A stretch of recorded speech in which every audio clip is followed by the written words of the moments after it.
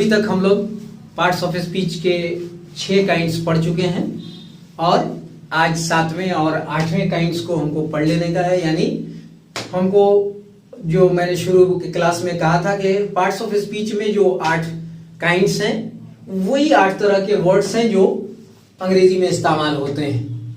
9वां कोई वर्ड नहीं है और उसको हम जब डिफरेंट फॉर्म में यूज करते हैं, जैसे नाउन को एडजेक्टिव की तरह, एडजेक्टिव को नाउन की तरह, वर्ब को नाउन की तरह, नाउन को वर्ब की तरह, तो वहां वर्ड फॉर्मेट होके डिफरेंट रूप में आ जाता है और फिर इसी वजह से डिक्शनरी मोटी हो जाती है। लेकिन एक्चुअली अंग्रेजी में वर्ड जो है वो सिर्फ 8 ही हैं, जिसमें से आज 7 और 8 आज हमको प्रॉपर ढंग से सीखना है कि इसका क्या यूज है। तो जैसा कि आप देख रहे हैं कि यहाँ हमने लिखा आज 7वां फॉर्म यानी कंजंक्शन। कंजंक्शन का मतलब है, अगर इसको कहें तो इसको कह सकते हैं कि जोड़ने वाला, यानी 2 सेंटेंस को जोड़ने वाला। ठीक है, यानी 2 सेंटेंस। फॉर एग्जांपल अगर मैं ऐसे लिखूं कि राम इज पुअर और फिर यहां लिखूं राम इज ऑनेस्ट, तो इस तरह जब हम अंग्रेजी लिखते हैं तो लैंग्वेज कहती है कि नहीं, ये जो तरीका है ये किसी भी चीज को एक्सप्रेस करने का गलत तरीका है। एक ही बात को हम 2 बार ऐसे रिपीट नहीं कर सकते हैं। इसी काम के लिए कंजंक्शन का यूज किया जाता है कि वो इन 2 सेंटेंस को जोड़ के एक सेंटेंस हम कैसे बना सकते हैं। तो इसीलिए कंजंक्शन में कुछ ऐसे खास वर्ड्स हैं जिससे हम 2 सेंटेंस को जोड़ के एक सेंटेंस बनाते हैं। तो इन दोनों सेंटेंस को जोड़ के हम क्या बना सकते हैं? Ram is poor but honest. तो ये जो बट आया, ये कंजंक्शन जो है इन दोनों को जोड़ के अब एक सेंटेंस बन गया कि राम गरीब तो है किंतु लेकिन वो ईमानदार है। तो इस तरह ये कंजंक्शन बट जो है हमको इस सेंटेंस को जोड़ने का काम कर रहा है। तो इस तरह कंजंक्शन का यूज ही ये है। तो इस तरह के कुछ 2-4 एग्जांपल और देखें आप। जैसे फॉर एग्जांपल और का मतलब हिंदी में होता है या। तो या का सेंस ये होता है कि किसी चीज का रिप्लेसमेंट, यानी अगर मेरे पास कलम नहीं है लिखने के लिए तो हमने मांगा, उसके बाद भी कलम नहीं तो पेंसिल से हम काम चला सकते हैं लिख के। तो मतलब क्या हुआ कि कलम के रिप्लेसमेंट में पेंसिल से हमने काम चला लिया। फॉर एग्जांपल ऐसे लिख सकते हैं गिव मी अ पेन, यानी मुझे एक कलम दो, और या और ए पेंसिल, यानी यहां पर हमको ऑप्शन है कि कलम मिल गया तो ठीक है, नहीं तो या पेंसिल मिल गई तो हमने उससे काम चला लिया। तो और का सेंस क्या होता है? या के लिए, यानी हम उसके बदले में कुछ दूसरी चीज भी ले सकते हैं। उसी तरह कंजंक्शन एंड है। एंड का मतलब होता है और, मतलब extra. For example Ram and Shyam,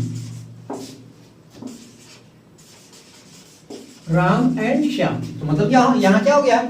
ये तो नाम है इसलिए इसको हमको कैपिटल से लिखना चाहिए, राम एंड श्याम। तो ये 1 और 1 2 हो गया, इसलिए और हो गया। Ram and Shyam are going. तो ये कंजंक्शन का काम कर रहा है कि ये दोनों को जोड़ के अलग अलग सेंटेंस क्या होगा? Ram is going, Shyam is going. और जब हम इसको दोनों को जोड़ के लिख देते हैं तो Ram and Shyam are going. तो एंड भी यहां कंजंक्शन है। उसी तरह एक कॉमन सा कंजंक्शन है जो अक्सर हम बोलते रहते हैं, वो है बिकॉज, जिसका मतलब होता है चूंकि, क्योंकि, चूंकि, ठीक है, या क्योंकि। तो जैसे एप्लीकेशन वगैरह में इस वर्ड का इस्तेमाल हम ज्यादा करते हैं कि मैं कल स्कूल नहीं आ सका, क्लास में उपस्थित नहीं हो सका, तो क्योंकि, चूंकि मैं बीमार था। बिकॉज कंजंक्शन का इस्तेमाल करते हैं। जैसे बिकॉज आई वॉज, मैं यहीं से सेंटेंस जोड़ देता हूं, बिकॉज आई वॉज इल। ठीक है, यानी क्योंकि चूंकि मैं बीमार था। तो ये बिकॉज कंजंक्शन का इस्तेमाल इस तरह करते हैं। उसी तरह एक कंजंक्शन और कॉमन सा है, वो है आइदर, या तो। इसका मतलब दोनों, दो में से कोई, दो में से कोई, ये मतलब भी होता है।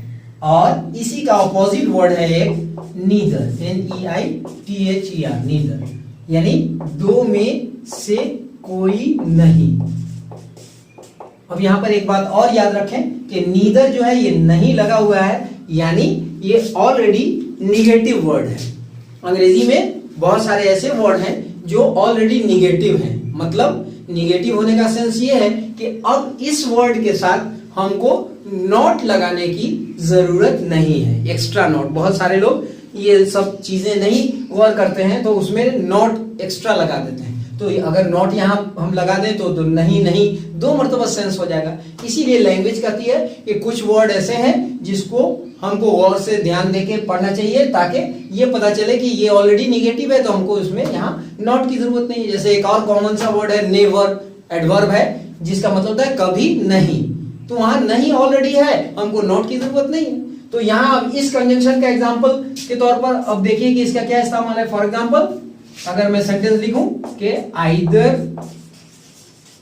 वे, वे माने रास्ता, आइदर वे इज सेफ। इसका मतलब क्या हुआ, यानी दो में से कोई भी रास्ता, इधर से जाइए चाहे इधर से जाइए, कोई भी रास्ता सेफ है, सुरक्षित। और यहां नीदर वे इज सेफ, तो यानी दोनों में से कोई रास्ता सुरक्षित नहीं है, इसलिए आप इधर से न जाएं। यानी ये निगेटिव सेंस है और ये पॉजिटिव सेंस है। तो ऐसे ही कंजंक्शन में और भी आपको वर्ड सब मिलेंगे, जैसे अदरवाइज, नहीं तो। ठीक है, दैट का कॉमन सा इस्तेमाल है कि I know him that he is a good boy. तो दैट, इस तरह से बहुत सारे वर्ड आपको मिलेंगे। जब आप उसको पढ़ने लगेंगे और समझने लगेंगे कंजंक्शन का क्या क्या यूज है, तो आप उसको और अच्छे तरीके से जान लेंगे। ठीक है, अब आइए कंजंक्शन के बाद नंबर आता है 8वां नंबर इसका, और आखिरी वर्ड के यानी पार्ट्स ऑफ स्पीच के वर्ड का, ये है इंटरजेक्शन। इंटरजेक्शन, इंटरजेक्शन को कहते हैं, इसको समझने के लिए सबसे अच्छी बात याद रखें क्या, कि इंटरजेक्शन जो है वो एक सडन फीलिंग का नाम है। सडन फीलिंग, सडन मतलब अचानक। अचानक का मतलब क्या होता है, फीलिंग्स तो हमारे अंदर ईश्वर ने दे के भेजी है कि हम हर चीज को फील करते हैं, महसूस करते हैं, लेकिन कुछ फीलिंग्स ऐसी होती है जो अचानक होती है, यानी उसको हम सोच के वो फीलिंग्स एराइज नहीं होती है। जैसे फॉर एग्जांपल हम चलते चलते किसी चीज से ठोकर लगी, तो चोट लगी, तो वहां पर जो फील हुआ, तो जो वर्ड हम बोलेंगे वो वर्ड एक्सप्रेस करेगा इंटरजेक्शन को। ठीक है, जैसे चोट लगती है तो क्या बोलते हैं, ओह, यानी दुख को प्रकट करने के लिए, और उसके बाद ये नोट ऑफ एक्सक्लेमेशन देना जरूरी होता है। ठीक है, तो ओह, आह, ये सब दुख को प्रकट करता है। उसी तरह एलास, कोई मर जाता है तो वहां जो दुख प्रकट करते हैं उसको हम एलास से करते हैं। तो इसमें कुछ गिनती के 10 वर्ड होंगे, 8-10 वर्ड, जो आपको यानी सडन फीलिंग्स को एक्सप्रेस करते हैं। जैसे किसी भी चीज को जब हम देख के सरप्राइज हो जाते हैं तो बोलते हैं वाओ। फॉर एग्जांपल अगर आप किसी के घर में गए, उनके ड्राइंग रूम में, तो उसमें जो डेकोरेशंस और खूबसूरत चीजें देखी तो आपको देख के एकदम सरप्राइज हो गए, तो आपने क्या कहा, वाओ, व्हाट ए ग्रेट, है ना। तो मतलब क्या है, ये जो वाओ शब्द है ये सरप्राइजिंग फीलिंग्स को एक्सप्रेस करता है। उसी तरह जब हम किसी बात से खुश होते हैं तो लिखते हैं हुर्रा, यानी जैसे फॉर एग्जांपल आप अगर क्रिकेट का समय चल रहा है तो हम मैच जीत गए तो खुश हुए तो क्या कहे, hurrah we won the match.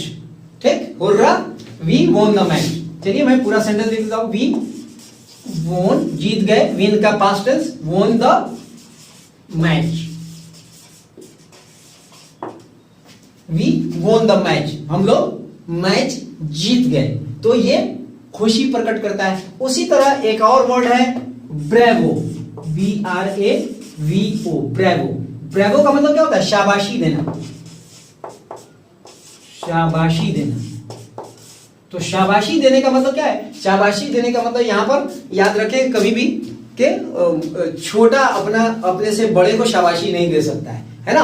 हम तारीफ कर सकते हैं लेकिन शाबाशी नहीं दे सकते, लेकिन बड़ा हमको शाबाशी दे सकता है। फॉर एग्जांपल आप एग्जामिनेशन में फर्स्ट डिवीजन से पास हो गए, टॉप किए, 1 to 10 में आ गए, तो आपके पिताजी ने खुश होकर क्या कहा, ब्रेवो, शाबाश। ठीक है, तो मतलब ब्रेवो जो है वो शाबाशी देने के सेंस में एक्सप्रेस होता है। उसी तरह और भी आपको जो छोटे छोटे वर्ड जो बोले जाते हैं ये सब, जैसे मोबाइल पर जो हम वर्ड बोलते हैं अक्सर, हेलो, हेलो क्या है, ये भी एक तरह का इंटरजेक्शन है। इसलिए कि ये भी हम किसी को जो कॉल आता है तो जो हम फील करते हैं तो हम इस तरह बोलते हैं हेलो। ठीक है, उसी तरह जब हम कोई भी आदमी जब हमारे यहाँ आता है फिर जाता है तो हम उसको क्या कहते हैं, वेलकम करते हैं, कोई आता है तो। और जब जाता है तो हम उसको क्या बोलते हैं, गुड बाय या सिर्फ बाय, BYE बाई। लेकिन यहाँ पर स्पेलिंग को ध्यान रखने का है कि एक BY बाई होता है, एक BYE बाई। ठीक, तो ये सारे जो वर्ड हैं ये सब भी हम अपनी फीलिंग्स को एक्सप्रेस करने के लिए ही बोलते हैं। ठीक, बेस्ट विशेस जो बोलते हैं, गुड लक जो बोलते हैं, ये सारे जो वर्ड हैं ये सिर्फ और सिर्फ अपनी फीलिंग्स को एक्सप्रेस करने के लिए बोले जाते हैं। इसीलिए इन सारे शब्दों को भी इंटरजेक्शन की कैटेगरी में रखा गया है और ये सारे वर्ड जो हैं इंटरजेक्शन में ही इस्तेमाल होते हैं। ठीक है, तो मतलब क्या हुआ, आज हम लोग ये पार्ट्स ऑफ स्पीच के 8 वर्ड के जो कैटेगरी थे उसकी आउटलाइन हमने सीखा कि ये सारे वर्ड्स है क्या, इनके क्या क्या प्रॉपर यूज हैं और इसके क्या इंपॉर्टेंस है। तो उस इंपॉर्टेंस के हिसाब से आपको भी वैसे ही पढ़ना होगा और समझना होगा कि इसका क्या इस्तेमाल है। ठीक है, तो आपको कैसा लग रहा है ये क्लास, आप अपने विचार को, अपने ख्याल को, अपने फीलिंग्स को, है ना, अपनी फीलिंग्स को जरूर एक्सप्रेस करें, क्योंकि उससे आपकी इस फीलिंग से ही हमको हौसला मिलता है कि आप कितना अच्छा आप सीखना चाहते हैं, तो उसको और हम लोग चाहेंगे कि और इंप्रूव किया जाए और आपको और अच्छे से अच्छी बात थोड़े कम समय में बहुत कुछ सिखाने की कोशिश किया जाए। Okay, thank you.